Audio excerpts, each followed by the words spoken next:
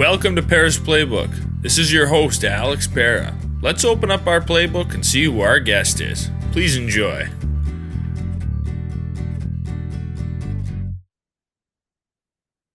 Welcome to episode 103 of Pera's Playbook. Today we're joined by Pearson, a defensive lineman at Northwestern, some Big Ten football, kind of kicking off the football season as we've got week 0 approaching here in a couple days, and then in less than 2 weeks we got the full slate of Labor Day weekend games. So exciting stuff. But RJ, appreciate you joining. How's it going?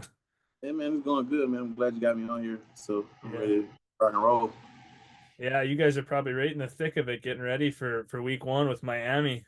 Yeah, definitely, man. It's been hard. We've been grinding out just every day, all day at it. Just game planning and just staying at it. So before we talk about Northwestern here, let's kind of talk about how you got there. I know you started at Georgia Military College, and then you went to Bethune-Cookman. So I guess kind of talk about your recruiting and going through those couple of stops. Oh yeah, straight out of high school, I didn't have the grades all the way. Had some maturing to do in a lot of different aspects. So when I went to Georgia Military College, it was like one of the best decisions, if not the best decision I have made in my life as a young man growing up. Because just the structure they put inside my life, being in the right place, right time, right uniform, and just the overall building you up as a man to send you off into the world to be better is what I needed to mature in the right way, especially like with my grades and just my overall character and everything. Never had a character problem, but it just built you up in so many ways. So Georgia Military was a great thing. Made some friendships that are near and dear to me to this day. We were very tight in the cadet program. We had to do a lot of military stuff, being out on the bricks at 5 o'clock in the morning, saluting the flag, call the quarters, marching. So it was an experience, a great experience that I had. So that was a heck of an experience. From there, I did 2 years at Georgia Military College. COVID ended up hitting while I was in my final year of Georgia Military. I was originally committed to South Alabama. Ended up firing their coaching staff. So Bethune-Cookman, they were a school that stayed by me the whole recruiting process, never peer pressured me into anything. They always told me, hey, they can come down, be a great asset. And, it's just a team that stayed in contact with me the whole time I was there, going through the recruiting process, even when South Alabama. So that was just the best fit for me, like going through that whole COVID and recruiting process right then and there. And when I got there, man, it was the season didn't reflect it, but we had a great group of guys. Sometimes it's life. It's like that. You have the right pieces, just can't put them together. Because we had some ball players, man. Like a bunch of my former teammates, like including me. Like when our coach got fired after the second year I was there, like we all transferred up. Like we went to bigger and better schools. So it was, like I said, right pieces, just couldn't put it together. But man, I made some amazing friendships that I will have and cherish for a lifetime there. Great connections from there. Bethune-Cookman will be near and dear to my heart. So yeah, that was that. I did 2 years, and I ended up tearing my MCL going into my second year there, and my season got cut short. But the good Lord blessed me with some bigger blessings coming out of that. So that's how that happened, and I ended up here at Northwestern. Yeah, there's always a plan. I mean, in the moment, when you get hurt, obviously nobody wants that. Like, you don't want to get hurt, but then when you take a step back and you look at the overall plan, you just got to trust that God's got a plan for you, and that Definitely. there's a reason why he's putting you through it, and you're going to come out stronger. And Yeah. I mean, you did. Now you're playing Big Ten football. I mean, that's about Yeah. the best you can do is Big Ten Yeah. football. Definitely. And that situation with my knee, man, it built a lot of character as well. It showed how it taught you how to fight through adversity. Like you gonna just sit down and just let life roll you over. You're gonna get up and fight. So I had to make a choice. So Yeah. So last year was an interesting year for Northwestern football. I mean, the whole scandal with Pat Fitzgerald, and then him eventually getting fired, and I was listening to a lot of podcasts at the beginning of the season, and everyone was picking out Northwestern's going to be one of the worst teams in the Big Ten, bottom of the Big Ten, bottom of the Big Ten, and you guys went out and you did the exact opposite. You were underdogs for the beginning of the season, but then you ended up becoming favorites in a lot of your games because you guys started winning. You won some crazy games and you ended up winning a bowl game. But kind of at the beginning of that season with all that scandal, all that kind of nasty energy. I mean, was that tough to deal with as a player with all that going on, that Um, noise? it really wasn't, man. First and foremost, I want to give a big shout out to Coach Pat Fitzgerald. He changed me and my family life, gave me an opportunity to come here. I appreciate Yeah. him today. Great man, great man. Just for the things he did for me and my family. And then with all that went on, man, it's easy to let it affect you, but you got to make choices, hard choices in life, and which is to keep on going and push through, because that's what he would have wanted us to do. Coach Fitz would have wanted us to keep on going. In my short time knowing him, he had a great impact on me. But through all of that, man, we just that when I first came in, I was just getting to know the team, but that caused us to all just gel and bond together way more and closer, because it's us against the world at that point. I'm part of the family, so I'm fighting just a lot right along with those guys. So that's how that happened, man. We just didn't let adversity just roll us over. Yeah. Yeah, I mean he was obviously around the Northwestern program for a long time and a big reason a lot of the success that Northwestern have or had. And then, now you guys are continuing that success with David Braun, your new head coach. At what point last season did you guys like kind of realize like, hey, we're not the underdogs anymore, we're a good team. Shoot, we knew honestly, we knew it from the back. Because Brian, when he assumed the reins of the football team, he wasn't trying to do too much. He was like, hey, we're gonna continue doing what we've been doing, and we're gonna play good football. Great man. He's the one that started recruiting me. So I got real close with Coach Brian. Best best defensive coordinator I've been around. But yeah, he when he took over everything, he did a great job of just helping us keep the noise down that was around us, all the bad energy, negative energy. He just helped us remain focused just by giving us great help within the year, and everything that he did, just reassuring us in a bunch of different ways. And man, like we had faith in him ever since. Like even when we did have a loss here and there, we cats got to get back to it. It was a never fight, never give up. Always fight, never give up. So Yeah.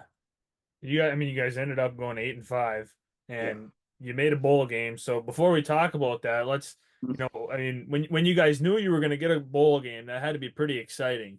Yeah, it was definitely exciting. Exciting for me, a lot, because, like I said, it's my first time playing Big Ten ball. You always dream of getting and playing at the biggest and highest levels. You know, but you have to take different routes in life, and my route was a little longer to get here. Yeah, But bowl game, and actually getting to go to a bowl game and actually win it was amazing. When we actually won and we knew where it was going, it was just like, okay, we get extended more, give the seniors another go around at playing more football, getting more film out there. So it was just great to do it for everybody. It's more of a family in the new dating age with all the NIL deals. Like I think like we're either the last school or like one of the last schools that still has the culture of family. Like it's different, if it makes sense. yeah, Like anywhere else, it's a business, and here, I mean, it's a business, but it's family. Like you're gonna be taking care of it. You don't worry about what anybody else is doing. You worry about family inside. So it's pretty good, yeah. man. No, that's hard to come by now, like you said. But NIL has changed college football across the board. You got coaches that are, kind of using it in certain ways. Obviously, players that are using it for different ways. So you kind of, like you said, you lose that Yeah, family feel because you might have a guy show up, plays 1 year, and then he leaves, and then he yeah, goes to another school, and then he leaves, and he goes to another school, and they're just bouncing from yeah, big college to big college. They're not doing what you did where they're working their way up the ladder. yeah, They're going from Alabama to Ohio State and then they're at Michigan and yeah, no shade thrown at those guys. They're doing what think is best for them, but it definitely does take away from that family. So when you guys have that, that's something like you said, it's kind of rare now. It's yeah, actually it's definitely. cool to see that you guys still have it. It's awesome. Yeah, I love it here, man. It's the development part about it that you really don't see. Like nowadays and age, you want people that can come in and make an impact right in and there. But here, they put big emphasis on developing people, and not only developing people, but making great young men to go out in the world and be a difference. You know, Northwestern degree can take you pretty far in life. It's something that I have grown to learn. Shoot, like you said, just hard working. It's a testament to like from my high school coaches on up. Shout out to Coach Eric Hudson and Tyron Rogers. They showed me hard work. They showed me how to work hard because when I first went to college, it was easy. For my college coaches telling me they never seen a freshman like transition to college that well because I played and started my first couple years at Georgia Military. So it was a testament to hard work of my high school coaches instilling that into me. Yeah, and Northwestern's got a great campus. I Yeah, mean, it's a for anyone who's been there. I've got some cousins that live in Evanston, and we used to go down and visit them. And we'd been to different parts of the campus. And it's a really cool campus, really yeah, nice campus. You're right down there in the city, and I mean, it's great. definitely, it definitely is, man. Shoot, when I first came, it was amazing just to see like a big campus, big deal. And then we have two campuses, a downtown part and here in Evanston. So it's pretty doggone big and nice. Yeah. So I also wanted a quick mention. I saw on your Instagram like you guys went to a children's hospital. You spent some time with some kids there, some community involvement. That's really obviously important Uh, stuff with sports and kind of shows how big sports are and how meaningful sports are. Outside of winning and losing and who's breaking what records, kind of the yeah, impact that it has on kids like that. So that had to be pretty cool for you guys to do. yeah, it was definitely pretty cool, man. To this day, it's a kid I met, Trey Marcus. Real nice kid. I met him. Man, when I just went up there and just sat and talked to him for hours, and we played bingo across the Lewis Children's Hospital, man, it just touched me. It made me have a different appreciation for life, just because of the things that they have to battle at such a young age, and it Yeah, makes me tear up a little bit. But you come back and you just way more thankful than you once was because of how blessed you are to be in good health and have no worries. And I gotta go see my guy soon, but yeah, Trey Marcus, yeah. he really touched my heart. Yeah. And there's not much that's worth more than the smile. When you see those kids and the smile that you bring to their face, there's not much worth more than that. I mean, there's something special about that, how happy they are to see you. That's just something Yeah, special. definitely. I mean, the older I've gotten, and I probably other people can say the same, but the older you get, you family time and just loved ones just start meaning more the older you get because you Yeah. realize once you grow up you don't really get those times back. So it's about creating lasting memories and lasting effects on people. If you go through life without having a lasting effect or great memories on a person, like it's almost like what are you kind of living for? You want to be a great person, not only a great person, but just be able to help others in different ways. Yeah, So that's exactly. to a lot of things. Yeah, for sure. It definitely is. So looking ahead to this season, obviously we're getting really close. You guys Yeah. open with Miami, Ohio, but then week two, you got a big game against Duke. They got new coaching staff, they're gonna, new quarterback and stuff, but still gonna be definitely a tough opponent, right off the bat. Yeah. Shoot, yeah, Duke, tough opponent. We ended up losing to them last year, but we ready to go back at it. There's Yeah, a lot of things that we could have did better, but as a team, we ready to go. We ready to go to war. We ready to go fight. So when yeah. they get ready to come in, they gotta expect to fight from the cats, man. Yeah. And you got Washington later in the schedule, one of the new teams in the conference. You got the Big Ten that what has like 16 teams in it now or 18 teams or whatever it is. But Yeah, Washington, obviously runner-ups last year, yeah. great team. Now they're on your schedule, just making that schedule even tougher. Yeah, with Washington and the expansion of the Big Ten, man, you got a lot of different opponents that you wouldn't regularly play. So just you got to take it one day at a time, one week at a time, one game at a time, and just focus on the main thing each and every week. So once we get the game plan in, we'll take a look at Washington and we'll dissect and see where to go as far as that. But you can't look too far ahead. You got to keep eyes on the first game, which is Miami. So you know Yeah. when we get there, we'll be ready. Right. I think it's easy. It's easy for fans. You know, we like looking at the schedule. Who do they play? Who do they play? But as a player, you got to do exactly what you said, kind of Yeah, that 1 week at a time. Otherwise, if you're worried about playing Michigan when you got Duke, then you're not going to be ready for playing Duke because you're too yeah, busy worried about somebody else. And then, and you start stressing about all those other games, it just adds extra noise and extra confusion that you don't really need. You go one yeah. week at a time, and just climb that mountain one step at a time, and you'll get to the top. Definitely, definitely. You got to take it one day at a time because, like you said, if you got your mind on something else instead of the task at hand, you'll lose yourself mentally. If you Yeah. focus on one thing and not at the task at hand, and it's just like a domino effect. And things start going bad. So you got to just don't overload your mind. Just you stay focused.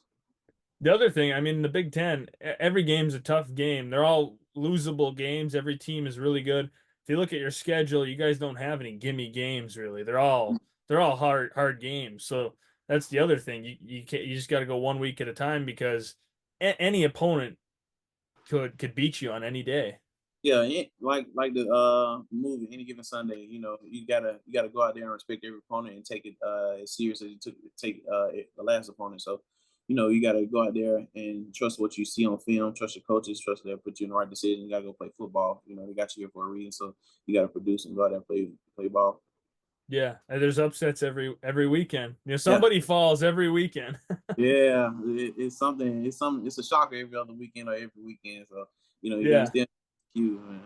Yeah, you don't want to be on the losing end of that upset. Yeah, it's sickening having been on a losing end upset. But for us last year, we never thought we were the underdogs. We always thought we belong and we deserve it. So Yeah. nothing was ever like oh, we upset it to us. We knew that we should win, and that's how we approach every game. Right. Well, you got to have that mentality. I mean, if you're not going out there to win every game, what's the point of playing, right? Like Yeah, you want to win them all. I mean, that should be everyone's goal is to go out there and be undefeated. That's what you yeah, want.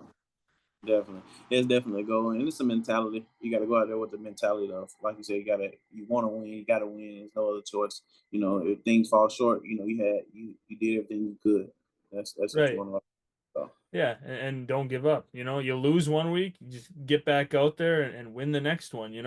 That's the other thing with college sports is you can't let what happened last week stay in your mind. yeah, You just got to kind of move on. I mean, as tough as it is to do if you do lose, you got to move on and focus on what's next. Because if you're still thinking about week one when it's week five, it's the same. yeah, yeah. It's gonna be tough for you if you don't have like short term memory. It's okay to to think on something, but don't think on it too long. Like one of my coaches here, he said we gotta learn how to flush it. Go to the next play, go to the next game. You gotta be able to dissect it. Learn from it, Yeah. pull what was good out of it, and try to try and apply the best thing next time. So.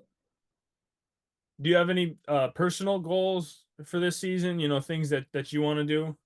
Just be better than I was last year, man. Just be a great teammate and go out there and apply to everything that we've been doing over the course of the summer, then lead on the camp and now lead on to the first game. Just trust everything that we did it from a player standpoint and our coaches instilling the plays and all that. So just trusting and being like a great teammate, great player, ready to go to bat and ready to dominate with my teammates. Do you feel like it's a little bit smoother going into this season now that, Coach Braun, he's had some experience as the head coach, led you guys to a bowl game and things are set, maybe a little bit easier going into this Uh, season than it was? shoot, last year, I mean, it's really no difference.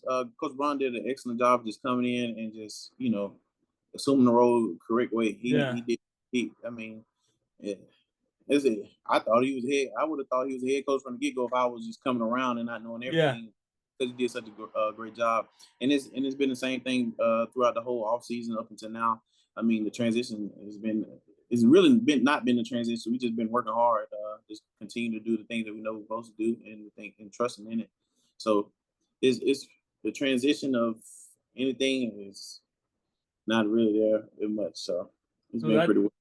that's good though. I mean, like if it was that good last year, it'll be even better this year, Definitely. definitely. So we got a lot of great pieces that came back on defense and offense. We had some additional offense and defense. So we're ready to get after it. Yeah, definitely. Why don't we end the episode on a couple of quick questions like who was your favorite football player growing up? Who'd you look up to the most? Oh man, it's a old D tackle. Some people know about him, but his name's Jerome Brown. He played for the University of Miami, and he Yeah. and playing for the Philadelphia Eagles as well. So he and then Ray Lewis. Ray Lewis is my guy. Ray Lewis is my guy. But Jerome Brown, like as far as like modeling myself at D tackle, Jerome Brown, him, and then my favorite player would probably be Ray Lewis. I know I gave you two for one there, but Yeah, well, you no, know, that's better. That's yeah, better. yeah. So yeah, those two are my guys. What about team? Who do you root for? Who's your favorite? My team, NFL or college. Both. NFL would be the Ravens.